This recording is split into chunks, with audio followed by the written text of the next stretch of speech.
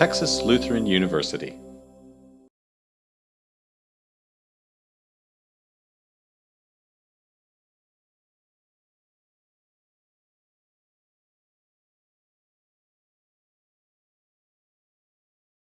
Thank everybody for being here.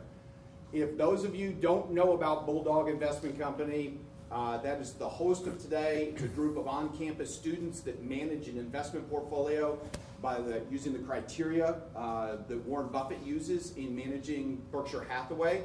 This is our 10th year, and next week I hope you'll all say a prayer and wish us a little bit of luck. For the 4th time in 4 tries, we are a finalist in the Texas Investment Portfolio Symposium. We are the defending champions, much to Baylor's chagrin.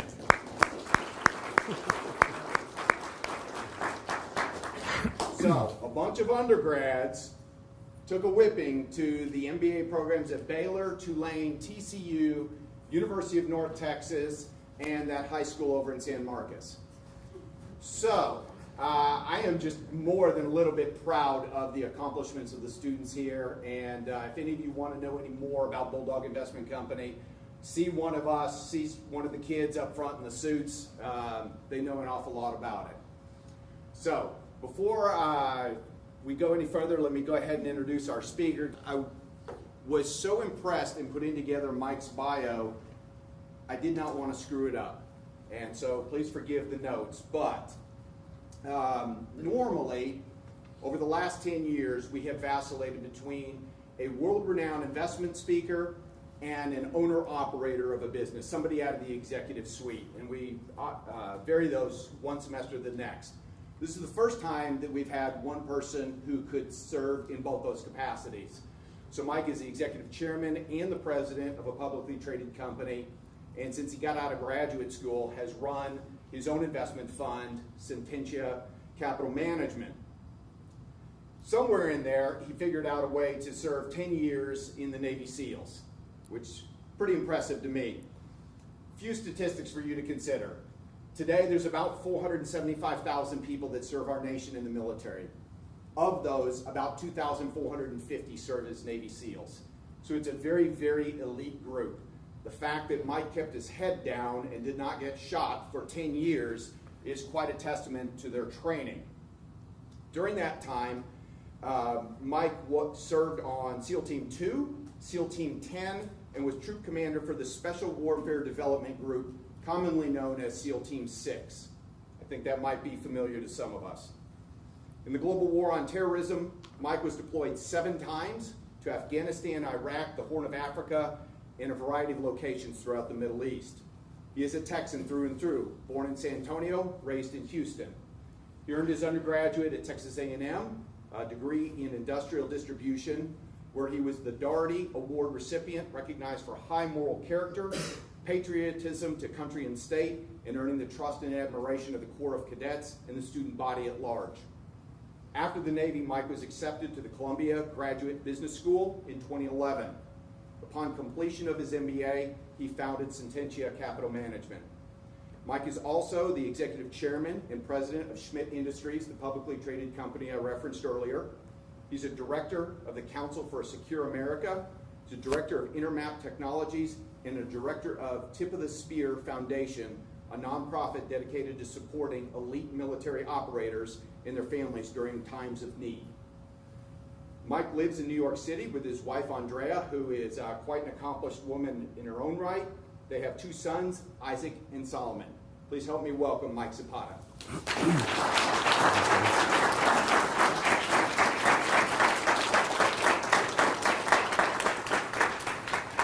Thanks, Dave. I appreciate it. And thank you to the Bulldog Investment Company for having me, and the students as well. So I appreciate the time. So I'm going to talk a little bit about my background, where I've come from, how I've gotten to where I am, and then ultimately what we do from an investment firm. And then we can open up the Q&A. I think that'll probably be the most helpful for the students and for anyone else that is trying to look to get into the path that I've been fortunate to be on. So for me, one, it's just great to be back in Texas, right? I think growing up as a kid, I remember Seguin, and I was asking about the world's largest pecan is still here. I don't know, there's a special place in my heart for San Antonio. I was born on the east side of San Antonio. I think Roland Avenue exit is where we were born at. My family's on the south side, all throughout San Antonio. When I was in the 5th grade or so, we moved to Houston, North Houston, the Woodland Spring Conroe area, and I finished high school there, and then ultimately went to undergrad at Texas A&M. So, what's interesting is being born in Texas and just going through the progression that I've been on. We grew up in San Antonio, and we didn't really have a lot of finances. We grew up on food stamps, government cheese. I remember shaking the milk until I got to college. Why? Because you get milk in a powder, and you have to shake it up with water in order to drink it. And so I didn't realize that milk didn't break apart. And then I got to college, and they were like, "Hey, why are you shaking your milk?" I'm like, "What do you mean?" I know why now. But so it's interesting because during that time I was very thoughtful. Or my mom was very thoughtful about teaching us how to save, how to invest, how to put a certain percentage to what's important in your life, and then these are all basic building blocks of finances as you're growing up. And I didn't really realize the importance of it until you progress more and more. When I got to Houston, there was a stock picking contest. I think it was in the 5th grade. And they said, I don't know back then if that's a right phrase, but we were looking at the newspaper and looking at the stock quotes. And I remember they said, pick out, six stocks, and then we'll do a 6-week contest, and we'll see where you rank out. And so I remember seeing Xerox, and I thought, oh, Xerox, that's a nice one. Why? Because there was a bunch of Xerox machines all over the school. So I picked Xerox, and 6 weeks later, I think I'm in the top 5% of the region. So I was like, that's awesome. I had no idea what I was doing other than picking a stock that I recognized and I liked, but it stuck with me. As I got into high school, started doing more science and technology. I really enjoyed math. That just continued my progression and my understanding of what my desire to sort of at some point become an investor and an analyst, which is what I'm doing now. And then when it came time to go to college, being where I was growing up, it was a question of, okay, I'm going to go to Texas A&M. I like the military. I like the military aspect of it. I like the discipline, so I want that. And I'm going to apply to A&M. And if I don't get accepted to A&M, then I'm just going to go and enlist in the Marines because I can get the discipline, I can get the challenge of being a Marine, and I could do that. And fortunately, I got accepted to A&M. So I got accepted to Texas A&M, went to Corps Cadets, and I was able to get the best of both worlds. So now at A&M, we have Aggies. How many Aggies do we have in the? Yes, 4 or 5 Aggies, right? So we have Aggies in the audience here. So Corps Cadets at A&M, at some point it used to be one of the oldest or the biggest military schools in the nation. And so, but at the Corps Cadets, you don't have to actually sign up for the military to become to go into the Corps Cadets. So it's almost like a boys club. You can get in there. And you can be part of this disciplined, highly disciplined group and then still have a college life. And I think I enjoyed those two dynamics. So when I joined A&M, I didn't go in there with the mindset of becoming a military person. I went there with the mindset of learning discipline, getting that understanding, and then getting the college education. And so I started out as a mechanical engineer. I don't think I told many people this, but after the first semester, I realized I like math, but maybe not that much. I got twisted upside down. So at some point after my second semester, I was like, mechanical engineer, maybe not where I want to be, but I like engineering. Industrial distribution was fantastic engineering. What I really liked about industrial distribution is it had a very diverse set of classes that you're going to go to. It had engineering, had physics, it had finance, it had accounting, it had business, it had distribution, it had all these dynamics, and I really found that fascinating. So I got into industrial distribution, started to go through the process, and then at some point in my sophomore, junior year, I realized, you know what, I'm going to have I have a great degree. It's going to be a highly paid engineering degree, almost 100% job placement at the time for industrial distribution for ID, and I was set. But my grades were still kind of so-so because I was just kind of going through the motions. Until I found out that when I was in the Corps Cadets, again, wanting to do the challenge, there was like a small little SEAL prep platoon, SEAL platoon they called it. And it was where, a group would wake up at 5:30 before anybody else, and they would go work out for an hour and a half, harder than anyone else. and then we would go eat breakfast, and we were sort of this own small little group that nobody really knew about. And that was a challenge. Not many people can do that. So I went out for it. I joined it. I got through the process. And then I find out after I'm on this group that people are becoming SEALs from there. So they're graduating people from A&M, and they're going on to become Navy SEALs. And I thought, just not knowing much at the time, I was like, oh, what's required to become a Navy SEAL? And so I find out, and I said, oh, is that open to everyone? It's open to everyone, right? And they said, yeah, you can do it as long as you meet these criteria. And so I was like, that's it. It was exactly what I want to do. It was lightning bolt went off. My grades improved overnight. My focus improved tremendously because I knew exactly what I wanted to do, which is do something that was a challenge that not many people have been able to successfully do. And in my mind, that was going to separate me from, I guess, myself. I don't know. As you're growing up, you're going through all these different dynamics, right? So it was something that I could prove, that I can do this thing. And so that became the focus. So physical activity, extracurricular activity, physical ability, grades, all this got thrown into the mix, and my job was to maximize all of that so I could put myself in the best position to get accepted to go into the SEAL program. And so now, my junior year, I signed up for a contract, and it's a college program contract. So what that means is if you sign up as an undergrad and you commit yourself to the military, they're going to pay for most of your school. And they're going to put you on track, and in 3 or 4 years, when you graduate, you're going to be required to go serve in the military.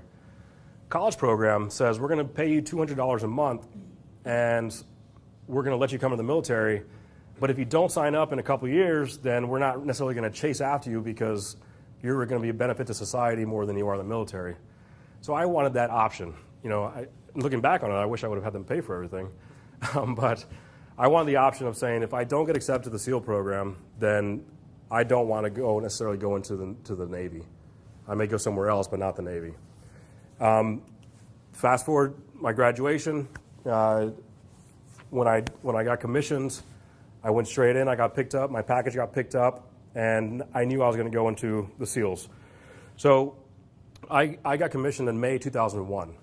I checked into BUD, which is basic underwater demolition / SEAL or school training, in June of 2001. So went straight from A&M, drove to San Diego, checked in, and started the SEAL prep program.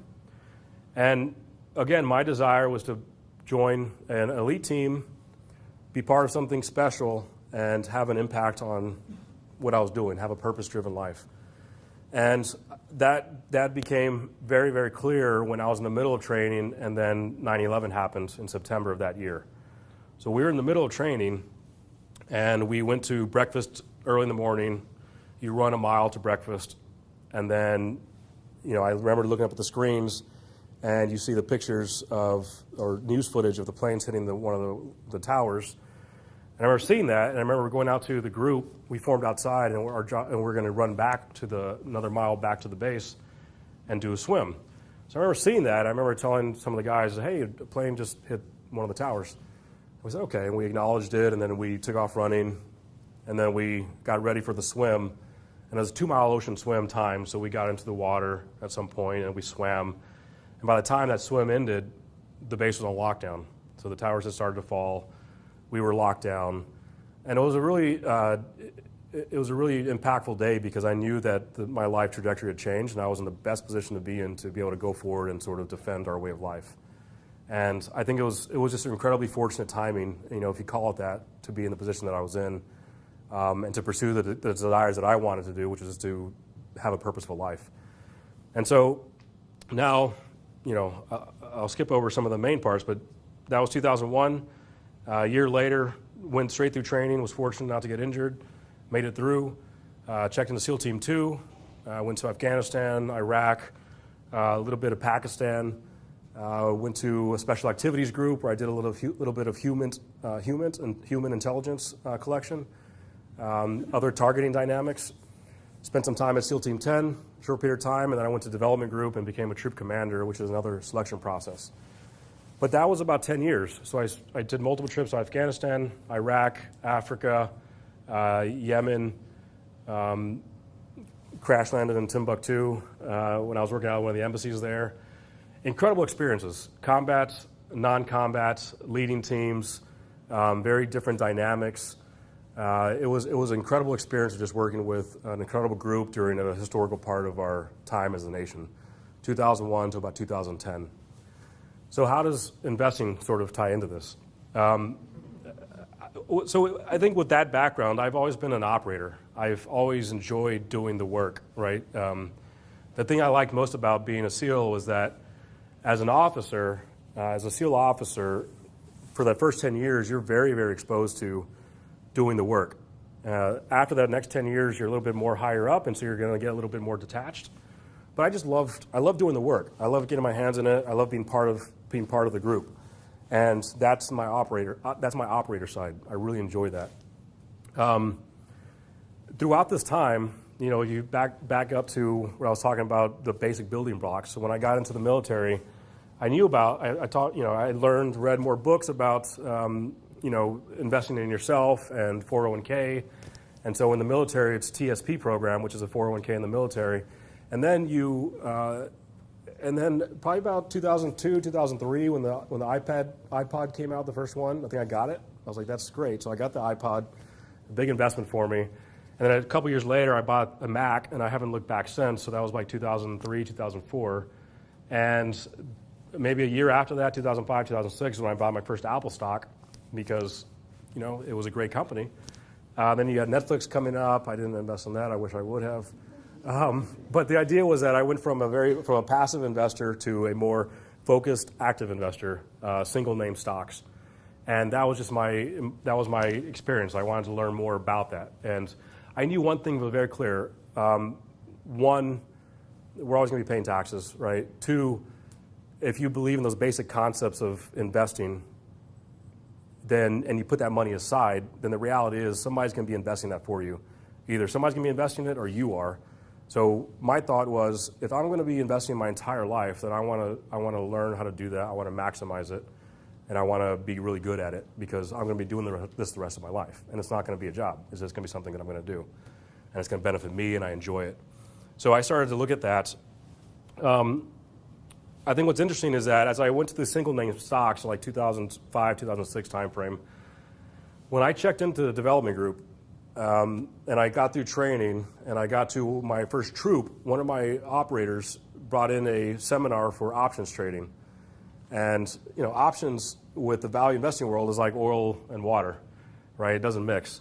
Now there's some caveats to that. You look at Greenblatt. You look at I think Mr. Buffett understands the benefit of options in certain aspects, but in general they don't mix these two worlds. A friend brought me a pamphlet on options trading, technical analysis. These are all bad words, right, in the basic fundamental analysis portion of it. But I looked at this and I read it and I was just like, this is awesome. I love it. Why? Because it was a bridge into finance and a bridge into something different that I hadn't experienced before. And so I taught myself. How to do options trading, technical analysis. I put some money to work. This was really interesting, right? So now I'm an options trader, and I'm still in the military, and I'm still a troop commander, and we're still operating. And I remember in Virginia, something happened where we had to go to D.C., and we had to go into the Pentagon, and we had some meetings to go to. So we fly up there, we do some planning, and I put I think for me, it's a lot of money, $1,000 on a RIM put. And I remember getting in the plane in D.C., flying back into Virginia. When I landed in Virginia, looked at my phone, that $1,000 became $10,000. And I was like, you got to be kidding me. So I tried to sell it as quick as possible, being my first experience. And I've been in a lot of dynamic situations, right? So you think you understand how to control your emotions. The options world, the stock market world is no different. It's still the same. It was just looked different for me. So when I saw that, I was excited, I was scared, I was all that stuff that we feel when something like that happens. And I remember selling it, and I remember that $10,000 paid for my I call it education for the next year and a half.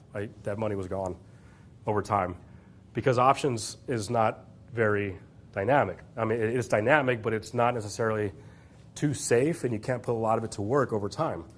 And if you look at all the legend, like in your position where I was at, I was reading books about legendary investors, the 10 gurus, all of these people to figure out how do they do things the best way, what have they been successful at and how. And I've never read an options trader that's gotten to that level of success doing what I was practicing doing. I think there's an ability to use it as part of your tools, but it should not be your only tool to use. And so now the question was, 2010, I met my wife in 2008 when I was going through training. We did a 2-year long-distance relationship, and then when I decided to leave service in 2010, I did everything, right? So they tell you not to make more than one life-changing decision at one time. So 2010, I took the GMAT. I applied to Columbia, only school I applied to again. I got engaged. A month later, got married. 2 months after that, moved to New York, and then a month after that, I officially transitioned out of the military. And I'll tell you, Andrea was not pregnant at the time, so it wasn't a shotgun wedding. We just knew, purposeful, we wanted to do it, then we were going to do it. But 2010 was that year when I transitioned. I knew I was going to go to Columbia to be an investor. It matched up with my background. I was going to be an emerging market infrastructure investor because I can get into all these great places. People see risk. I don't see risk. I'm going to go in there, help create something, and invest and make money. That's what I want to do. Operational, finance, making money, investing. Perfect. I didn't know exactly what I wanted to do. So the mixer, before I started Columbia, first person I met said something about, do you know about the value investing program? I said, no. He said, do you know Warren Buffett? I said, yes. He said, go home and read The Intelligent Investor. Okay, so I did that, went home and read The Intelligent Investor. The same exact sort of lightning bolt in the head when I wanted to become a SEAL, and I knew it, was when I read that book. I knew exactly that's what I was looking for. I could invest money in a safe way where I could have multiples potential upside to it. And once I saw the principles of that, I never looked back. So before I started Columbia, I knew exactly what I wanted to get into. So at Columbia, there's a value investing program there. So I got into it, and it takes about 40 students. I think it has a class of, I want to say 500, 600. It's hard to get into the program, right, just by the numbers game. But that's what I wanted to do. And I remember being in your position. I remember going to the career person, and their job is to get you a job. So when you get out of school, if you're not employed, it makes the school look bad. So they want to get you into a good job. And so for me, they were basically looking at me saying, you want to go to the buy side? That's not going to work. So you should go to something else. And they kept pushing me to something else. And at some point I said, listen, I'm not asking you what I should do. I'm telling you what I want to do. And I'm asking you, how do I, again, best position myself to get there? And so that's what they did, and that's what I focused on. And I was fortunate to get accepted to the value investing program. I'll tell Dave, I learned the most because I knew the least. I mean, there were people there with tons of experience in the hedge fund world, value investing world. They've been in finance for years while I was playing in the desert, right? They were doing finance. And so I got into the program, did a school year internship, knew exactly what I wanted to do, maximize my time, networking, talking to people, learning as much as I can about value investing, did nothing but that, very dogmatic about it. And when it was time to graduate 2012, I had a couple of options of places to go to. And ultimately I decided, hey, you know what? I asked my wife, and she was, she's very successful in her own right. And I said, can we stay at this level of income? Because by that time I was in school and I hadn't had an income in a couple of years. So can we still do this for another 5 years, assuming I don't get an income? And she said, yes. And I said, okay. And I said, if she ever decided she didn't want to work anymore, then I would have to change up what I was doing. But she said yes. That allowed me to do it. And so we knew the downside was protected.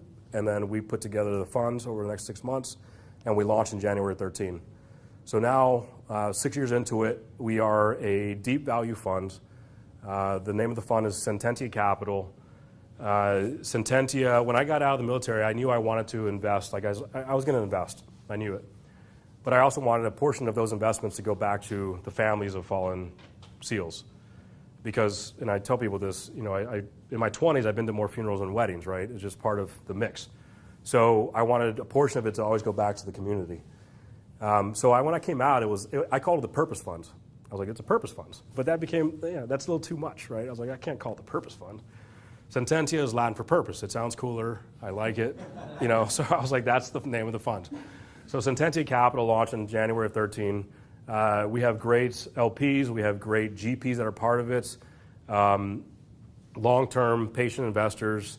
I still consider myself a young value investor, even though I have a little bit of experience in a different world. I'm young in this world, and I'm still learning a lot. And even most recently, we've shifted from a 20-name, somewhat concentrated, long-short value investing fund to now a highly concentrated 5-name activist fund that we're focused on. And we just did a proxy contest against the company.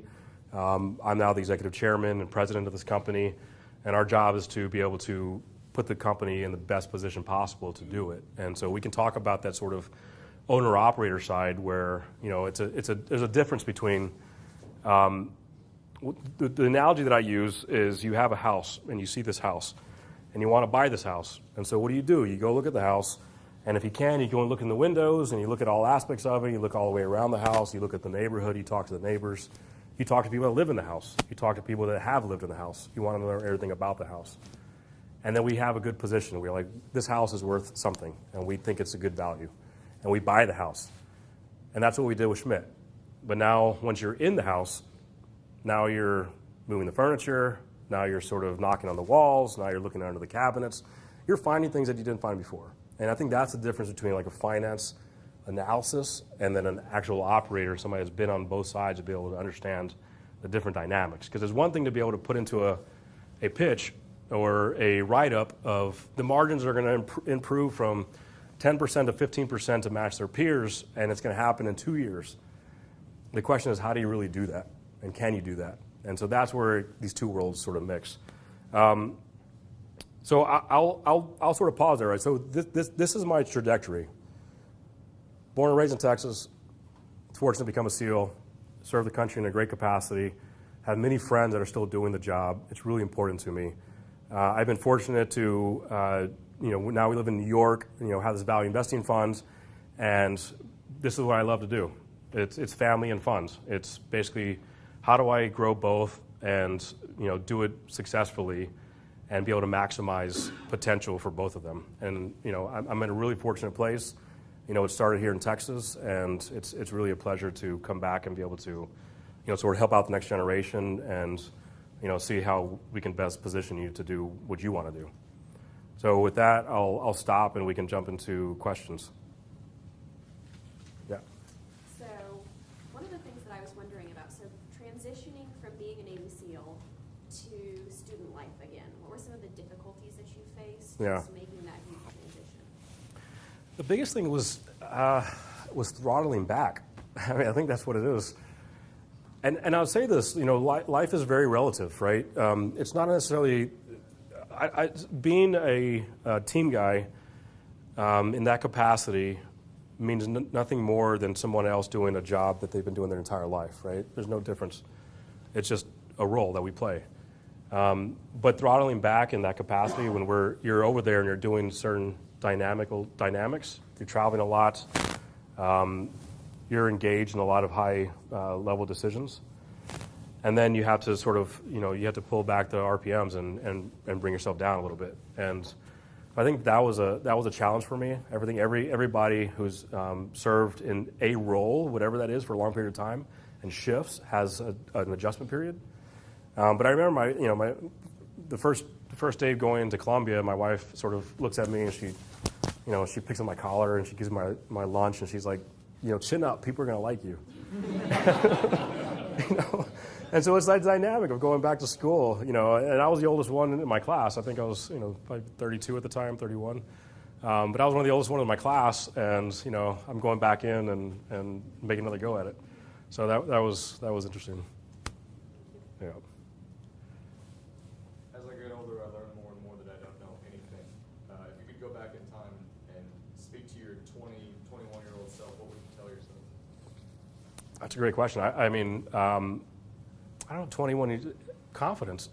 Like, it's interesting, as you grow older, you realize that things that matter when you're younger really don't matter. when you're young, you don't know a lot, but we think we do. And I think we talked to Charlie Munger had his daily journal meeting yesterday, and there's a gentleman, Peter Kaufman, and Peter Kaufman is on the board with Charlie, and he knows Warren. He's sort of in that mix. Peter's probably one of the most successful. He's probably one of the most successful U.S. manufacturers in the U.S. that's unknown. Just incredible job. And what Peter talks about is Galileo relativity. And what that means is, if there's a train traveling and you're on the train and you have a ball and you throw the ball up and you say, ask the person next to you, how fast is that ball traveling? They're like, it's not traveling at all. And they're right. If you ask somebody that's off of the train, how fast is that ball traveling? They're going to say it's going 70 miles an hour. Right? So there's that relative aspect. And so when you're 30, you look back at your 20s and you say, oh, if I would have known that, I would have been much better. But I'm 30 now. I know. I know what's going on. So now that I'm 40, it's the same thing. I'm looking at, I'm 40. I know what's going on. I don't know anything. And so his idea, his approach was basically saying, he wants to be able to put himself, when he was 40, he wanted to put himself in a position where he imagined himself as 90. And so he goes into this exercise where he's 90 years old now. And he's at his 91st birthday party. And he has his grandkids coming up to him. And, there's a little girl, and he sees his whole family and everybody, and he sees his life sort of past him. And his little girl comes up, and it's his great-granddaughter with a candle and a cupcake. And at that time, he realizes, and the reason they're here is because my 91st birthday is because I'm not going to make it till I'm 92. And he looks at all of his family and he says, okay. But it puts him in a very different mindset. And his wish when he blew out the candle was, I wish I was 40 again. And when he blew out the candle, being that he was 40, and he did this exercise, he was 40 again. But it put him in a very different mindset. Even now, I have fantastic mentors, who have been doing this job, in their 60s, 70s, 80s. And I go to them and I ask them, what, same question you're asking me. When you were in my shoes at 40, what did you wish you would have known? And they tell me different things, and it's incredible. So, the 20-year-old, I just had this conversation with someone who reached out to me, and she asked the same thing, and I said, you got to have confidence in your abilities. You got to pursue what you want to pursue. Realize that you're going to make mistakes, and realize that at the end of the day, those mistakes, if they don't kill you, they don't really matter. I think that's one thing that I realized when I was going through 20s, and buds helped me with that, because the reality is buds, everybody sees a seal and they're like, oh, you've never failed, right? We have this saying of never fail. Buds is designed to make you fail. There's not going to be a day in training where you don't fail. And what I mean is they're going to make you do push-ups for 10 minutes straight, and your body just physically cannot do that. So you will break down, and you won't be able to do it. It's not about that. It's about, can you keep going? That's grit. Can you keep going? And that's the idea of it. So you're going to fail.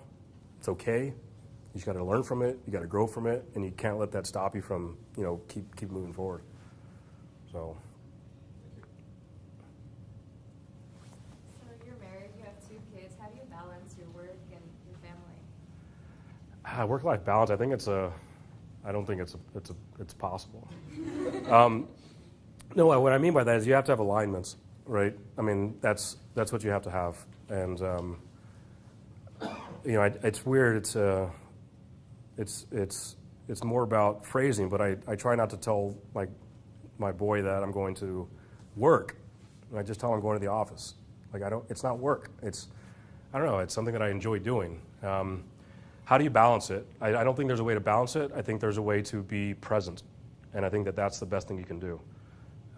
What I mean is when you're at home, you're at home, and when you're walking the kids to school, you're walking them to school, and you're not doing anything else, and you're paying attention to them. And then when you're at work, you're working, and there's a difference. And if you can do that, you can be fully committed at the time, then you're going to maximize your efficiency and your productivity.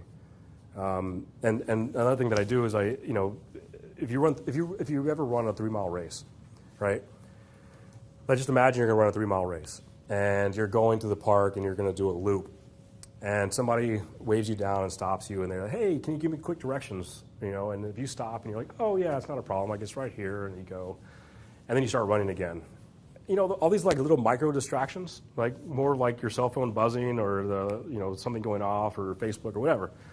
All that stuff stops you. And by the end of that 3-mile run, instead of doing a good 18 minutes, you've done like 22 because you diluted your efforts throughout the entire time. So I think that's kind of how I view it. And we're not always great at it, but it's just trying to improve on it.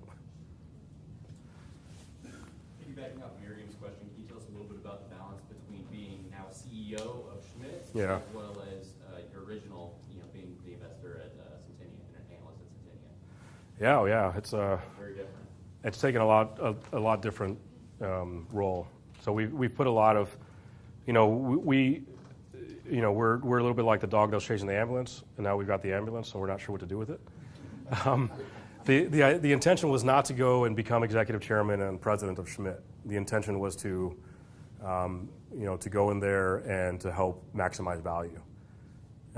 Our plan, I think, was a pretty solid plan, and the question was who's going to carry it out. And you look around, and nobody's raising their hand.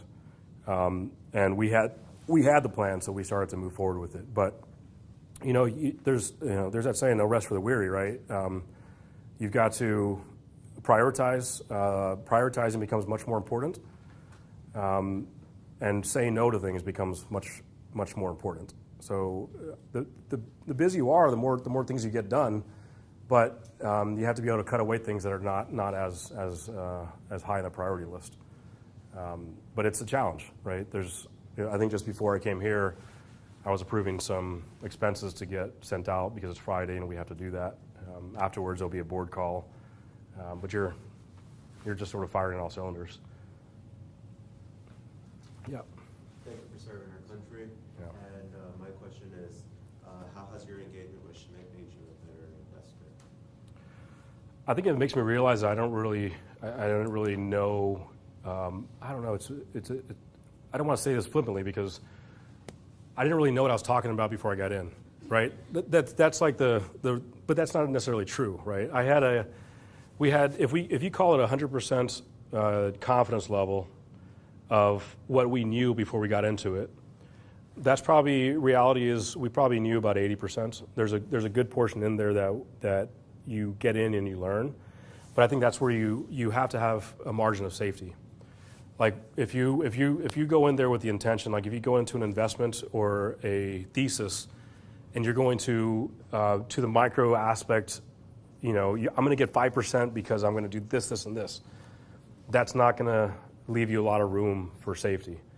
So you have to buffer that quite a bit. So I would be more conscious about being conservative from a strictly analytical side.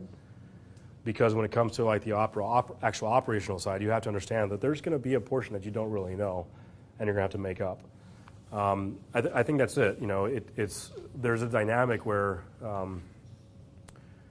you guys look at investments where a family may have run the business for quite a long time, or there's a father or mother who's been in charge of the business, and they're at a time when they're going to transition, and they have a younger generation underneath them. And the idea is, once the younger generation gets in, then they're going to unlock value. Well, I think the more of the reality is they're probably very much mirroring what they've learned from. So there's probably not going to be that much of a shift, right? So that's something that I didn't necessarily appreciate as much. It just gives you a different aspect, right? It's a difference between being inside the house versus being outside the house. And I think it's really, really valuable to be able to do both. Sir? Can I ask you to elaborate on that a little bit? You talked about investment and then strategic, having control of the house. Yeah. And when in your due diligence looking at investments, at what point you work that through the process? Is this something that we want to manage versus just a simple investment? And looking at the team that you have to have if you decide you want to take it to the next step. And then the third part of that question is exit strategy. Are you always thinking about exit strategy or more long term when you take an operational role? Right. So let me see if I can go through those. So Well, so with the exit strategy, the idea is that I think it's a similar concept to we can plan something out as much as possible, but once you start to actually execute, things are going to happen that you're not going to have any control over. And so what I mean is if our desire was to go in and we believe that this was a company that should not be public, that means that it should be taken private, that means somebody should buy it out, and we're very focused on that and we want only that, then that could prevent other opportunities. I think what we want to have is we want to have the idea, like the goal, we have to understand the goal. The goal is to maximize value. How we get that can happen in multiple ways. Whether in the short term we sell this to a very good person who's going to maximize value for shareholders and still run the business effectively and efficiently. Another option is to basically do a joint venture with a potential competitor or customer. That could maximize value. Get a secondary investment to come in, which will help us to build the company even further. So it's unclear how this is going to play out necessarily, but I know my goal is to be to maximize value. And I think that the most important role, having put this hat on of executive chairman, and president, is that capital allocation. You hear Buffett talk about that as the primary role, and you understand it, you don't really understand it until you're actually in the role. And it's a little bit similar to being a parent, right? We didn't have our kids till our mid-30s. By that time, I was a SEAL. I'd been in combat, right? I understand the dynamics. I understand it's going to be difficult. I'm somewhat smart, so I understand the books. I read the books. How hard I can, I got it. I can be a parent, right? I was a perfect parent until I actually had kids. And then, now you just don't know until you experience it. And so now being in the role, I'm realizing my most important role is to figure out how do we allocate our capital? How do we invest in things that we should be investing in and not invest in things we shouldn't be, and then scrutinize the expenses as well. But it goes back down to I don't know what the end goal is in game, and I can't really. It wouldn't be helpful to try to state it publicly because we're not sure if we can get there. I think there was another question that I didn't probably get to. Well, it was up front in making the investment. In that decision-making process, is this just an investment, or are we going to take an operational role? Right. And a consideration of the team that you've got to invest in an operational role. Right. So this one particular investment came on organically, and I think it goes back to the idea that we had a general thesis when we got into the company, and the thesis evolved over time. So if you look at the website, you see the sort of the progression, but what happened is we took a passive investment into this company, and we were 2%, 3% holders, and then the company shifted. And so what we initially took a passive investment on, believing that the company was going to execute on that plan, they shifted from that. And so when they shifted, when we could not get answers, then we started to increase our investment. And once we increased our investment, we pushed past 5% shareholder, and we became 13D filers because we wanted to influence it. And I think that was the biggest, that was our biggest shift that happened. We believed in a thesis that the company put forward that we believed was going to be executed. They pivoted from that thesis, and that put our investment in jeopardy. And so we increased our investment in order to have an influence in that outcome, because we still believe that the original idea should have been carried out. And so now, as that sort of has progressed, if they would have let us onto the board without us doing a full proxy fight, there's a good chance that the company would still be on a similar track than it was on previously, and we would have just had an influence, but maybe not as much of an influence as we're having now. So with that, when I'm thinking through all that dynamics, as we're doing analysis and we're sort of looking at the neighborhood and the other one, we're finding people that have been inside the house and who'd want to go back in the house. And so we've identified, groups or people that we could basically hand over the house to. So that, again, that wasn't our intention. Wasn't necessarily to take it over. We're doing that now just based off of the dynamics, but there's still an opportunity for us to bring someone in that can actually sort of really take it and do it. Fun times. Yeah, it was fun times. So So, I mean, is this part of the your investment group strategy is that, if necessary, you'll do this again? You'll get out of this and you'll find, invest in another company, you'll say, you know, we can run that better than they can. It's just kind of an interesting strategy. I think it's a good. Is it an unusual strategy? I don't think it's an unusual strategy. I think it's a good. Historically, every company that we've talked to, we've had a great relationship with. I think one of the interesting aspects, and this goes back to sort of philosophy, but if I can avoid a fight, I will. I'll never get into a fight. But if I can't, then I'm going to win. And I think that's kind of how the philosophy is with this. Whereas, we've approached companies and we've had great conversations and we've had good influence on the outcomes of the companies and management that has listened and we've listened to them and there's been an engaged relationship that's beneficial to both parties and everybody benefits from it. And that was sort of the idea with this, and it sort of just escalated. And it escalated to the point of saying, hey, we don't need to go down that path, but if we do, we're going to try to ensure, and we believe we have the environment and the dynamics to do that. Whether it's the shareholder breakdown, the bylaws, like we look at all these dynamics that puts us in a better position to win. And I think that's the idea. So we always want to approach something with, and I'll say that because I don't think it was disrespectful what we did, but we always approach something with respect, with humility, with understanding that we don't have the full picture they do. Hey, we have some ideas. Can you help us understand why they don't work or they do work? And then we can get to a better place from this.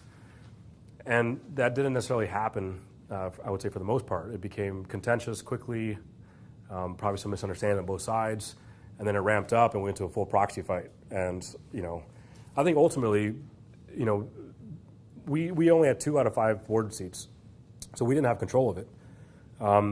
So I think it says a lot, though, that they trusted us still, even though they had control.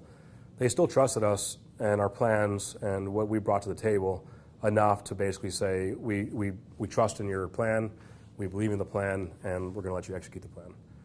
So our goal is not to do this. We want to avoid it. We want to stay quiet as long as possible. But if we do, then we want to make sure we can win.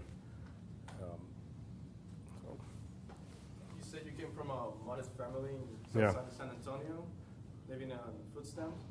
How do you think that prepared you to be a value investor? Oh, value. I mean, you don't want to pay full price for anything, right? I mean, I remember I was embarrassed in high school because I had jeans and I think I had a tape like $1.25 on my jeans because I got it from a garage sale. I forgot to take it off. But that's just it. My mom had to maximize the money she had for 3 kids. So you grow up understanding that you can get really good quality things and you don't have to pay full price for it. So if you're me, it's just a matter of, how are you frugal? How are you thoughtful about it? You understand that you don't necessarily, it's a little bit fortunate, right? Because as growing up in that way, you realize you can get by with a lot less than other people have the ability to because of just experience.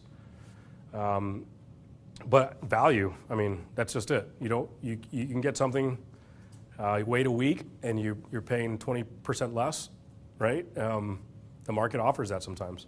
So that's a good thing. It's just all ingrained, I think. Thank you. Yeah.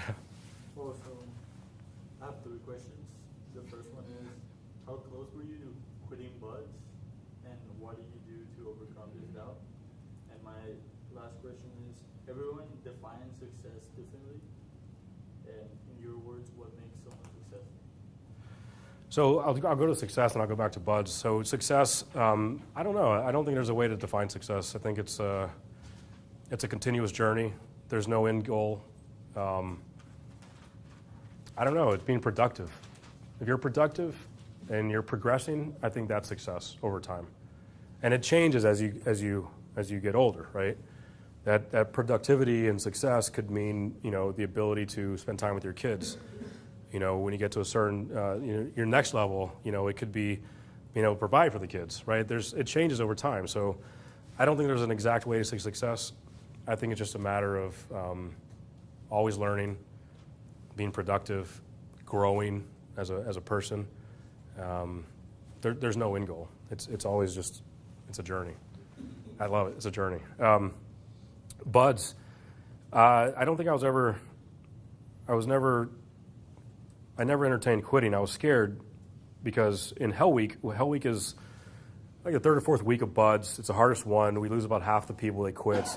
And you stay up for about 5 nights or 5 days in a row. I think you get maybe 4 hours of sleep. And by the end of the week, you've run so much, you've done so many physical activities that your body looks like it's been in a car wreck. So you have sores at every friction point of your body because there's just sand that rubs there. And so you have sores everywhere. Your knees are swollen, your legs are swollen, and you have to sleep for the first 24 hours with your legs up so the blood can rush from your legs down to your body. And you got to do it. But I remember, I think like the second or third day, during the day, they had tents out on the beach, and this was like maybe an hour of sleep they gave us. But I remember going into the tent, and there was cots, and there was one cot with only 3 legs, and so the guys, make sure all the guys were set, and then I laid on the cot with 3 legs, and so, but you're so dead tired there then. I didn't remember being woken up. The next thing I remember was being in the surf, in the water, and they put you there, and the water rolls over you, and I remember just waking up and like gagging because of the water. But it scared me because I was shocked, and I was like, I don't remember running from there to there. I could have quit without knowing. So it's funny how the subconscious plays into it, but and I tell people this, if you ever go in there and if there's a second option, you're going to take it. So there can't be a second option. Like you're either you're physically going to be broken where you can't go forward, you're going to die, which in that case it doesn't matter, or you're not going to stop. And I think that's it. So that was Buds. I'll tell you the week after is called Walk Week because now your body's trying to recover. And, that's only, trust me, you're only a month into it after you get through Hell Week. So even though you made it through like the hardest part, it's only 1 month out of 6. And so you still have another 6 months to go. And so you kind of go through this experience and I don't want to insult my wife, like having a child is the most difficult thing, but it's like having that postpartum, where you come off of this, huge achievement and then you're getting crashed down. And so the week after is Walk Week and you're walking and they put us into the ocean and it was like 9 o'clock at night and we're just freezing because your body still hasn't fully recovered. And I remember going home and taking my clothes off and, looking at a friend and saying, I never wanted to quit more than now. And just acknowledging that verbally, taking my clothes off, waking up, 4 hours later and going back into work. But it wasn't, I don't think I never contemplated it. It was just saying, it was me acknowledging like, this kind of sucks. Did a lot of the teammates that you had at the beginning quit after the Hell Week? Yeah, we lose about half the class. Yeah, so. Did you encourage one another while you were there? I mean, like I know you build, when you're going through stuff together with other people, it kind of brings you closer, and it's always encouraging. If someone wants to quit, you're like, hey man, let's go through it together. Let's do it. Yes, it's true. We do encourage each other, but it's the one example, there was an officer, and when an officer quits, an officer has a boat crew with him. And the boat crew, they're about 18 years old, right? Some of them are a little bit older. The officer has been through undergrad, so even though we're still young at that age, there's a difference in experience, right? So you have about a 22-year-old and then some 18-year-olds. So when an officer quits, there's a strong chance that a lot of these younger guys will quit, the enlisted guys. And so there was an officer that I was really close with, and there was somebody in his boat crew who was an enlisted guy that I was close with as well. And in Hell Week, I think the second night or something, he came up to me, and you're on the sand berm, and they're making miserables, right? So you're on the sand berm, and the sun's going down, and they're basically saying, wave to the sun, it's going to be a long night. They're torturing you mentally, right? So they do this, and I remember the officer comes running up to me and he says, "Hey, I'm going to ring out. I'm going to ring the bell, which is I'm going to quit." And I said, "Well, what's going on?" He said, "I'm going to go ask, my girlfriend to marry me." And I knew he was done. Nothing I could say was going to help him change his mind. So it was a matter of like, do I risk the friendship? Or go, hey, are you sure? You sure? Yes. Okay. I'll see you on Friday, right? And then he ran off, rang the bell. A couple seconds later, the second guy, the enlisted guy, comes up to me and he says, "Hey, I heard, Mr. So-and-so just quit," and fear in his eyes. And I was like, "Hey, don't worry about it." I said, "Let's just get to Friday, and then we'll deal with it then," because I knew he wasn't ready. There was a difference in the two guys. So you just have to sort of pick that up. But what is something you miss about Texas? What do I miss about Texas? I don't know. Pace of life, my family. It's just good to come back. It's where I'm from, and this is home.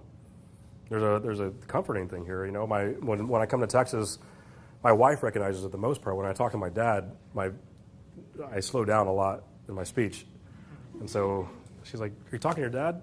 Yes. She's like, "Oh." So, I don't know. It's just comforting. It's home. So, in the business world, who do you look up to the most and why? The most? I don't think there's one person. We're standing on the shoulder of giants, right? You've heard that before, but this is really the generation for it. You've got Benjamin Graham, right, who started. You've got Warren Buffett, who's still with us. Charlie Munger still with us. Underneath Charlie and Warren, you've got Mario Gabelli, who's been a huge value investor.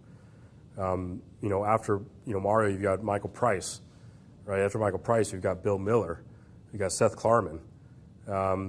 These are all giants and they all have vastly different ways of doing value. And that's only value investing. That's not even just the business world in general, right? So you got Sam Zell, who's a real estate phenom, who's done NOLs his entire life.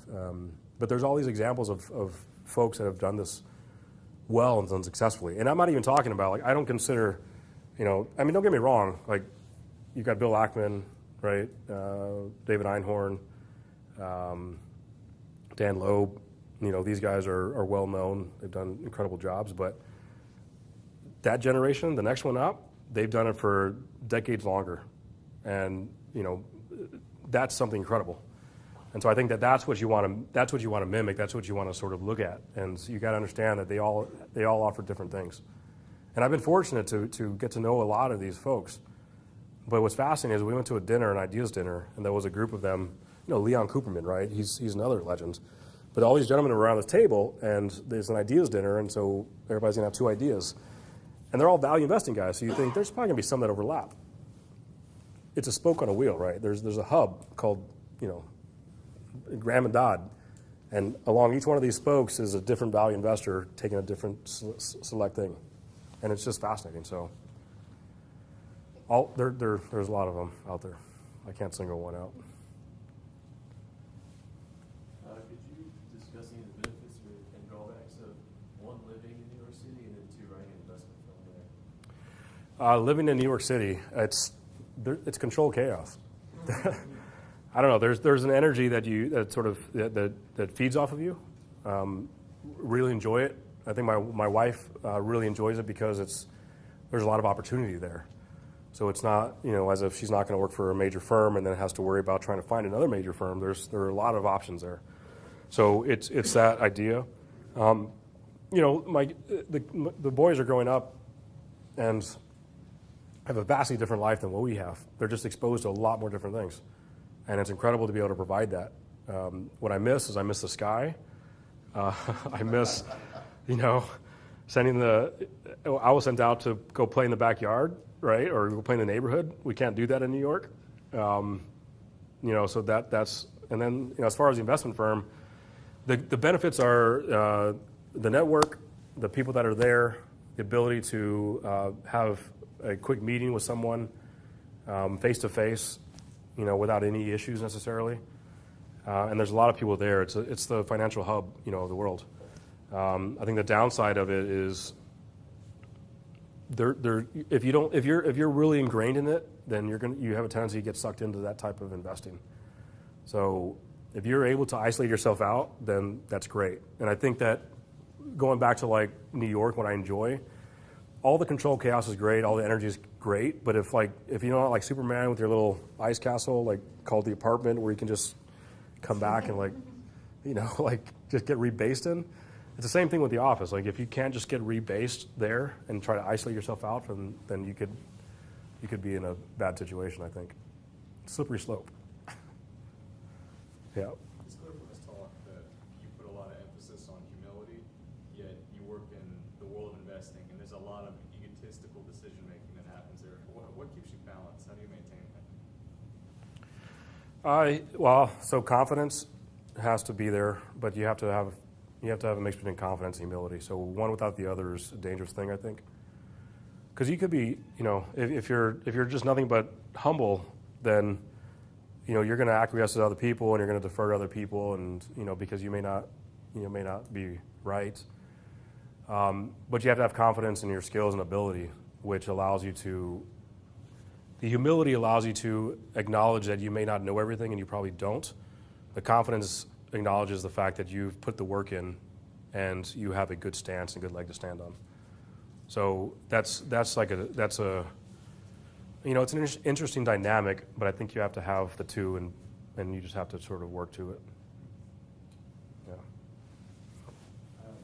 You talked about how you started out as a 20-name long-short fund. Yeah. And then you transitioned to a 5-name, highly concentrated, more activist fund.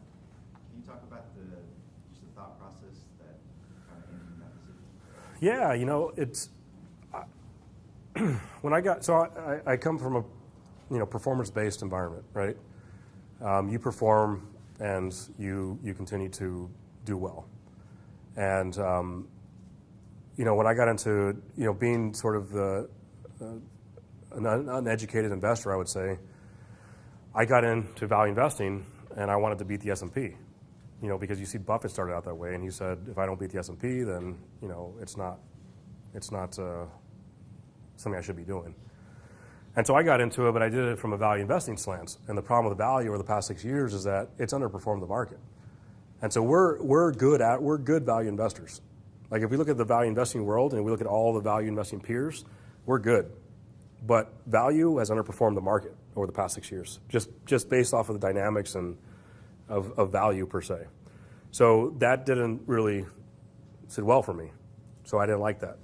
So the question was, have we outperformed? And if we and what I mean by outperform, have we outperformed the S&P and where? So when we look at that, we said all of our highly concentrated holdings outperformed. So that tells me that, hey, whatever we had the most conviction in, those did really well. And then the next question was, where else did we outperform? And there was, 4 names that really stood out to us as far as, hey, we had a specific thesis and influence. We believe in the outcome of the company. And so when we looked at those outperformed even further. And so we just said, hey, you know what? Like, why are we doing all this other stuff? Let's just cut all that away. Let's focus on companies that we are highly confident in based off of our research, but also have an influence in. And I think this, over the past year and a half, we've sort of transitioned that a little bit, and we've sort of tried to prove the concept a little bit, and it's done well. And so we just officially shifted, probably about 6 months ago. Yep. You seem like an individual that will take risk. And a lot of people nowadays, they are afraid to take the risk. But it seems like your accomplishments came because you were willing to take a little risk and go forward. And that's something that I think people need to understand. That sometimes you have to take the risk to be successful. Absolutely, sir. And you're absolutely right. So, risk is an interesting thing, right? It's, risk is the probability that something's going to happen and then the severity if it does happen. So crossing the road, there's a chance you're going to get hit by a car. And if you get hit by a car, there's a chance you're going to die or get seriously injured. But how many billions of times do people cross the road, every single day? And of those people, what percentage of them actually get hit? And then if you bore down even further, why did they get hit? Were they paying attention? Were they not paying attention? So there's always really interesting dynamics, right? So that's a low-risk dynamic. People see what I did in the SEALs as high risk, and we just didn't see it that way. And the reason is because we influenced a lot of it. We did a lot of research behind it. It's not as simple as somebody saying, here's a target deck, here's a person that we want you to go get, and this is how to go get them. We decided who we're going to go after, how we're going to go after them, and then ultimately when we're going to go after them. And we did it at night so we can maximize, our technical advantage with night vision. We did it with tactics that we've developed over years and we've refined over years. We did it knowing exactly when they're going to be sleeping and when people were not going to be moving. So we did it when the moon was going to be completely gone, so nobody would see us coming. So what people see as like a high risk, operation, I would have much rather been in my position than a lot of bigger units which don't have the ability to mitigate those risks. And I think to your point as well, like you do have to take a risk. But the goal is not, risk is just one aspect. You have to figure out how do you mitigate that risk. The question was, is it risky to go to the buy side to start up a hedge fund? Yes, it's risky. How do I mitigate that risk? Learn as much as you can. Get it ingrained in the network. Try to shorten your education timeline, right? I know there's so many different things you can put into it. So I think it's an interesting dynamic, right? So you got to identify the risk, and then you got to figure out how do you mitigate the risk, and then how do you put yourself in the best position to accomplish the goals. And so that makes the risk seem a little bit less concerning. But you have to be comfortable with the downside, because at the end of the day, if you don't make it, then that doesn't mean that that's the last opportunity. It just means you got to try again. Maybe come at it at a different angle.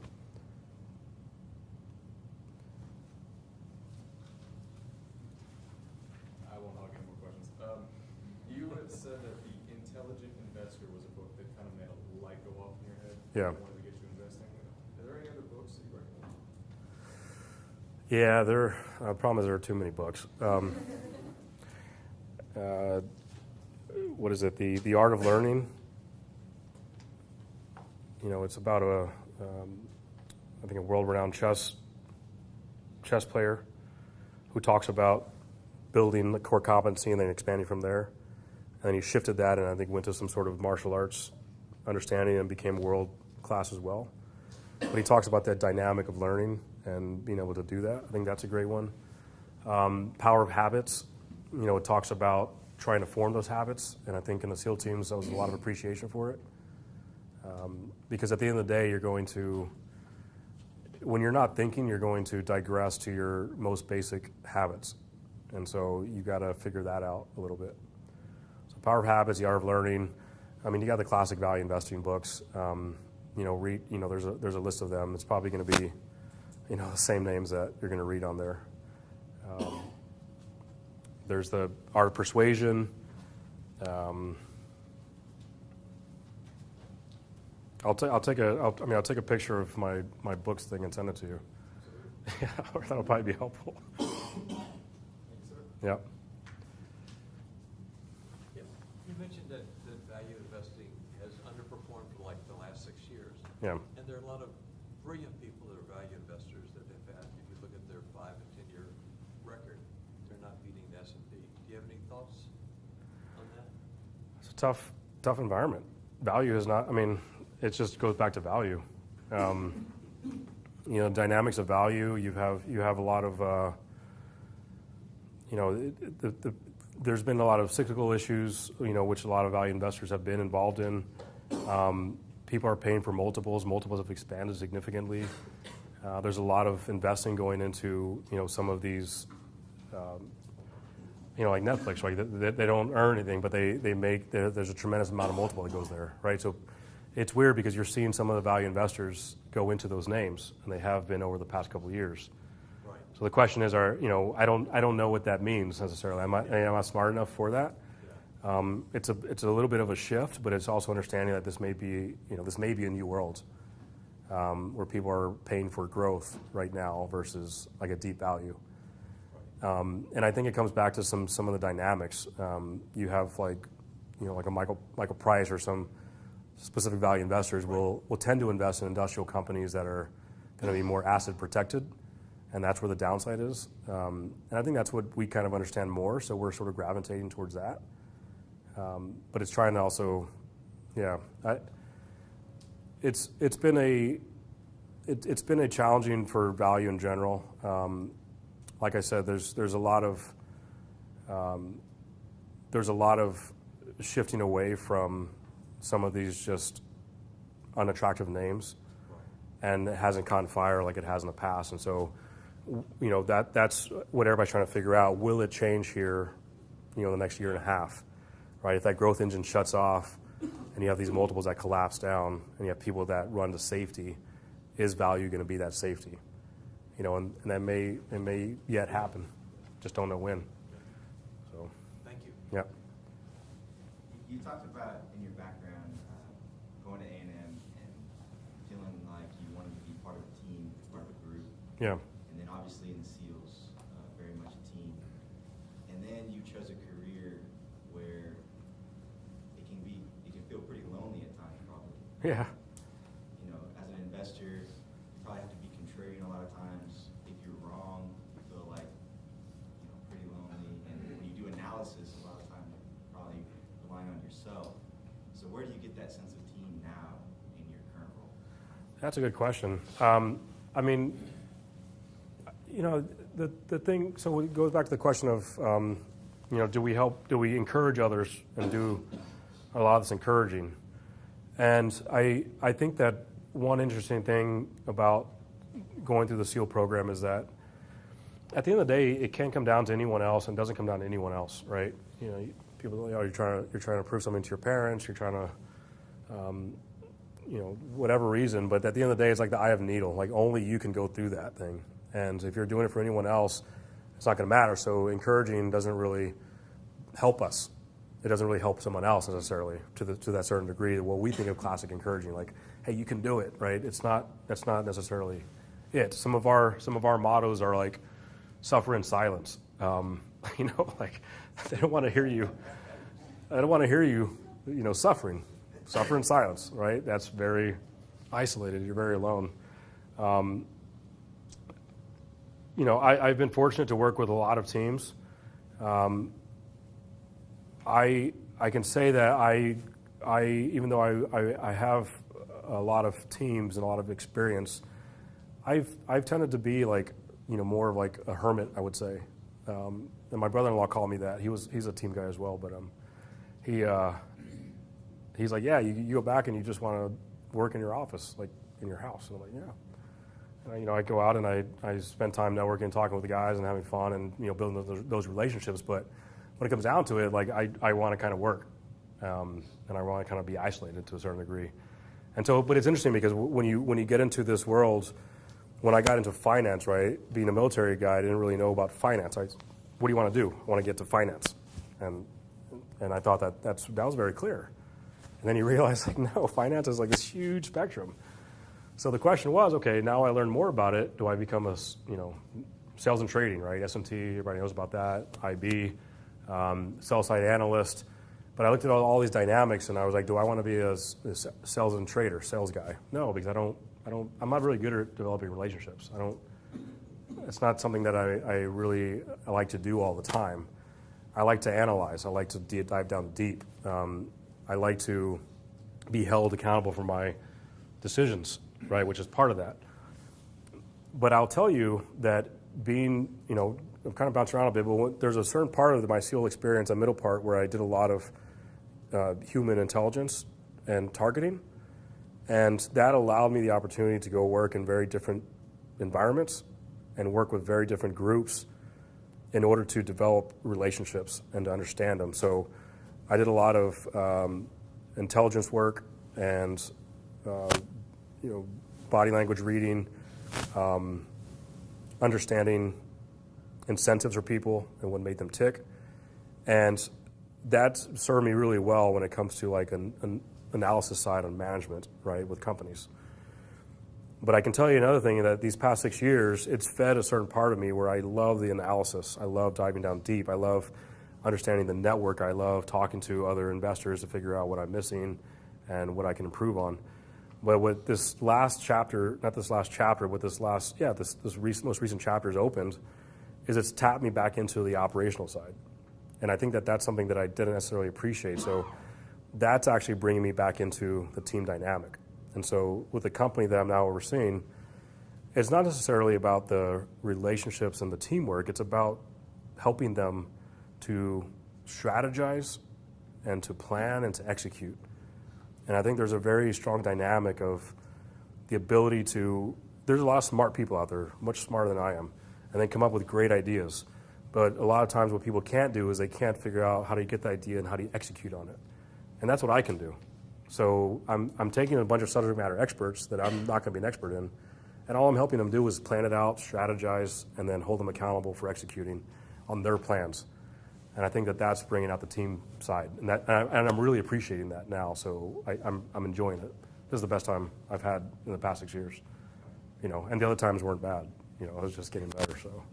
Can you talk about your analysis, short-term versus long-term at corporations? It seems like there's more emphasis just on quarterly earnings now than there is with corporations growing concern and it's continuing to exist, over time. Right. So like, are you talking about the dynamics of just like trying to go to a quarter? Yeah. Yeah. It's interesting, and I think that it could more short-sighted than long-term. Yeah, it comes down to environment, and I think that is true across, I think, everything in life. It's interesting. My dad and I are talking today, and let me say a question was, there's people that we know over the years, right, and they're continuing to do certain things, and even though they're much older, and they haven't really gone out of that stage, and it comes down to environment, right? They've never left that environment, and so what I mean by this is environment's important, right? If you want to change a lot of what you're doing, whether it's alcoholism, whether it's the way you grew up, whether it's a certain relationship, if you don't get out of that environment, you're always going to continue to be and sort of promulgate whatever has happened. What I mean is, if you're a publicly traded company and you're reporting earnings, you're going to be inclined to try to address those earnings unless you change it. So the incentives have to be changed. Ideally, you're not a public company, so you can do it in the private world, and you don't have to worry about any of that stuff. And it saves you money, because you don't have to do public filing. So I think that if you're in that environment, there's just an inclination to do it, and it's hard to detract yourself from that. So now that I'm in charge of a public company, like, I would lie to you if I say that, hey, what do we need to do this quarter to look at, like, and how do we balance out with, like, the important part, which is the long-term stuff. It happens, and I think that we're trying to take us out of that environment to shield us from that, because I don't think it's a healthy environment. But Senator Grassley's suggestion of taxing share buybacks is not the right way to go, I presume. Would you agree? I can't comment on it. I haven't really. Well, last week he made some comments about how share buybacks were really hurting American growth because corporations were not pouring enough back into product improvement, into right. research and development, into things that would grow their company, into worker training that would improve productivity and all of that kind right. of stuff. And so he suggested that his committee ought to look at maybe taxing corporations more on funds that are used for share buybacks. And I think Ted Cruz, he's going to back it, right? Is that what I understand? So I don't know enough to be on either side of but I can tell you the reason that that's probably happening, and they're looking at that, is because, frankly, money's been cheap the past 6 years. So with incredibly low interest rates, companies they're levering. They're loaning, hundreds of millions of dollars, and instead of them putting that money into infrastructure or into building a new plant or to training their staff, they are buying back shares of the company. And so that changes the dynamic a little bit. So I think, I don't know, my assumption is they're trying to balance that out. I think, unfortunately, it's probably a little bit too late. Like, the share buybacks have already been implemented. They've been doing it for the past 6 to 8 years. I don't know where it stands right now, but I think that's why, because money's been so cheap. I don't have a stance on either way, and I guess if they implement it, then I'll have to look at it pretty, especially if we're going to buy back some of our shares, which we haven't announced at all. We don't intend to, so I think I have to be careful from the SEC side. So when learning about investing, how important is learning about economics, business cycles, recessions, and supply and demand, and like government influences? How important? I think it's important. It just I don't think there's one right indicator that's going to tell you which way things are going to go. You have to understand the cycles. You have to have an appreciation for the cycles. And they talk about a lot, history rhymes with itself. Howard Marks is fantastic about understanding how the pendulum swings. So when it's at one of the extremes, it's a much easier decision than when it's like in the middle somewhere and you're not sure which way it's going to go. So you have to understand cycles. You have to understand economics to a certain degree. But it's a tool that you can probably implement into everything else that you're doing, right? If you're going to get into a cyclical company, the question is what's going to influence it and what's going to impact it. And then you have to understand, are you making the investment based off of a cycle that you may or may not know? Because at the end of the day, it's all percentages. You're never going to know 100% about something. You're never going to be 100% confident about something. And if you are, then you're wrong, right? It's just not the way it works. So there's an 80% chance that this is going to happen. There's a 60% chance that this is going to happen based off of this. And that 60 has gone up to 65%, or it's gone down to 54%. Super Forecasters is another book that talks about this. But it's when you're understanding these basic sort of dynamics that influence the markets, it's all about probabilities at the end of the day. And so you have to understand that in order to get those probabilities.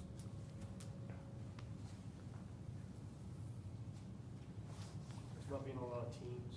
What are some qualities that you think make up a great leader? I think I can't remember the quote, but everybody knows General Patton, right? Everybody's going to sing his praises, and that's the second best leader, right? Somebody that sings the leader's praises. The best leader, and I'm not sure who did it, but he talks about the idea that when that leader's gone, the team feels like they've done it themselves. So it's that ability to, if there's a leader that's there or somebody that's above you, their job is to look up and out and try to figure out how to grow strategically and to expand. And what that does is that allows the people underneath them to grow into their positions. So a good leader will always train or create an environment so that the people underneath them can seamlessly take his place without it impacting the business. I think that to me is probably one of the best leaders. And it's about, servant leadership is a name for it. You're there to serve, right? My job as executive chairman and president is to best support the presidents and the GMs of the business lines that I'm in. How do I best support them, right? Taking understanding the strategic aspect of it. How do I best support them? And that's my job. That's my job, right? So it was the same in the SEAL teams. How do we best support the guys? How do we put them in the best position to succeed? If you can do that, I think that, and if you have somebody that you're working underneath that can do that, I think it's a good place to be.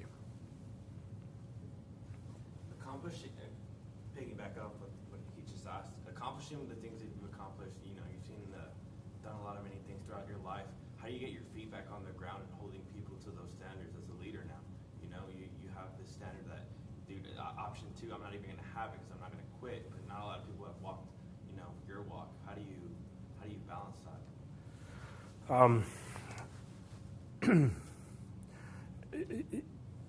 So I think an issue with me is that I grew up as a perfectionist. I mean, that's kind of a dynamic of my upbringing. And I realized, you know, when I was in training,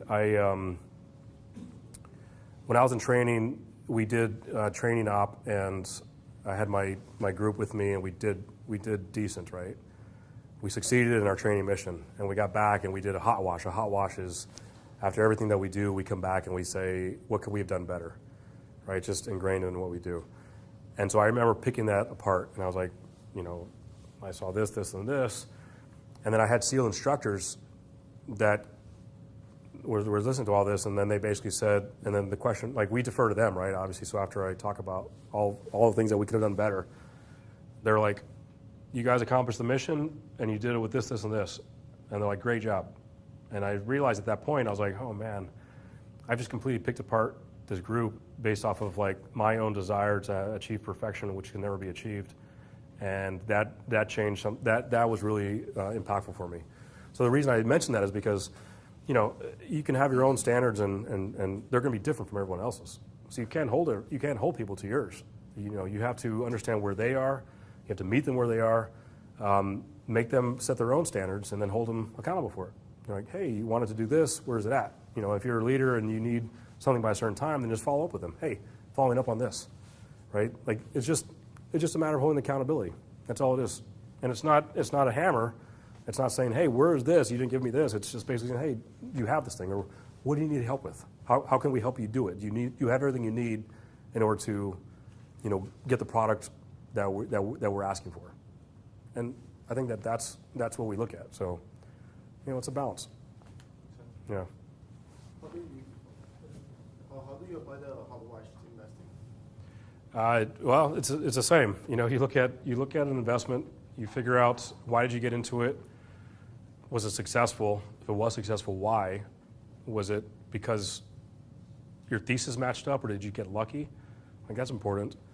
It can't just be like, oh, it was great, you know. And then the most important things are like when an investment fails, what did you do wrong? You know, what did you miss? Was it bad luck, or was it bad analysis, or both? So all we're doing is we're just looking at lessons learned and trying to figure out how do we understand it so that we don't make the same mistake again. Yeah. Yeah. Okay, so there's, like you said, there's a million books out there about investing and lots of information. I'm at a point where I'm trying to learn as much as I can. Yeah. But sometimes it's overwhelming. How do you find the balance, and how do you stay focused? Because, like I said, there's so much information. You've got to give yourself, the ability to absorb it. You're going to have to read books over and over again. I mean, what is Fisher's book is Uncommon stocks. Yeah, uncommon stocks and common stocks, uncommon problems. Was it Fisher's book? Phil Fisher. You read the book, and you know, all the books that I've read, you know, when I was early stage investing, you read it, you understand it, and then because you've done analysis on companies, you're like, oh, I didn't look at that. So then you go and you take sort of this template, and you're like, oh, I could have looked at this, and differently. And then when you go through a few more, you can read the book again, and you can learn other things that your mind wasn't capable of, you know, understanding at the time. So you have to give yourself time to be able to absorb it. You have to have basic fundamental building blocks. And then you have to understand that you have to give yourself some grace, because your mind just isn't developed yet in order to fully comprehend it. And so you're going to have to go back and do it again. But you'll learn something new every time you do it. At least I did. I still am. One more question. One more. I think we had. I mean, I was just going to ask a little bit of what you talked about here, but can you give us an example of a time that you've made a mistake in investments, and then how you learned from that, or what lessons have you learned through mistakes? Yeah. So it goes back to value and trying to understand the type of value investor you are. So we made a big investment. It was like a 10% position. And we thought we were really smart, and we looked at the numbers, and we were like, oh, there's some hidden cash flows, and they're going to come off of an SEC investigation, and all of the tea leaves are lining up. And we're pretty smart. We were pretty smart on analyzing the company and the dynamics. We were smart on sort of finding, the cash flows where the entire world wasn't looking at them. And we were great. It was great. And there was a customer concentration, right? Don't get into customer concentration, but we did. Why? Because there was a contract for a customer that was 50% of it. But there was a contract in place, and they just renewed it. So we're set. We've checked all the boxes. Things that are going to scare people away, they don't understand, and that gives us a greater opportunity to have a much greater outcome. And then the next day, or one of the days, we woke up and the core investor, the 50% customer, tried to buy the company out at like half the market cap. And they said that they may not renew. And so, bad luck, right? At the time, it was bad luck. It got cut in half. And it goes back to the idea of relative versus absolute value. Relative value is, you're invested on a cheap multiple, right, compared to others or historical times. So that multiple got cut in half even more. Why did it get cut in half? Because there's no absolute protection. There's no asset there to back it up. And so that was painful because we were too invested in an absolute value investing play. We got caught off guard, I think bad luck. But then if we go back to sort of the hot wash and we keep analyzing it 6 months and a year later, we realized that the cash flows weren't as good as we thought they were. So even if it didn't happen, we probably wouldn't have. We were taking on more risk than we should have. So we learned from that. We don't have a really big investments in absolute value. We have much greater investments, highly concentrated investments we don't have greater investments in relative value. We have much greater concentration in absolute value where we have hard assets protecting our positions. But there's a lot more lessons there. But all right, so I think that's it. You have time for one more? Yeah, one more. Could you share with us your experience, like starting your own firm, like after graduating from Columbia, raising capital, and I'm sure you could have be a good investor and know how to invest money, but also starting your own firm is another dynamic. Could you share with us your experience, anything you've learned from that? Yeah, I've learned that I probably wouldn't recommend it. You have to look at your own individual, the place that I was at, like I said, my wife was working, which allowed us to have some downside protection. We did not have kids at the time. That changed a couple of years after the fact, so that increased the level of responsibility and things we had to balance. But when you're starting your own firm, you have to understand that if you love analysis and straight analysis and investing, you're not going to be able to focus on that as much. So even in a good day, 70% maybe is that, and the other 30% is running a business. And so I've always had experience building businesses and teams and growing, and I've liked that. So I think that was an attractive part of the firm. I've always liked analysis, and I've been able to do both in both worlds. But even most recently, I find my attention going away from the business and just focusing on the actual operational stuff, which I really, really enjoy. So you have to understand that when you get into it, it's not going to be all about investing in analysis if you do it on your own. So, and it takes time. So we'll give Mike a big round. For more information, please visit tlu.edu.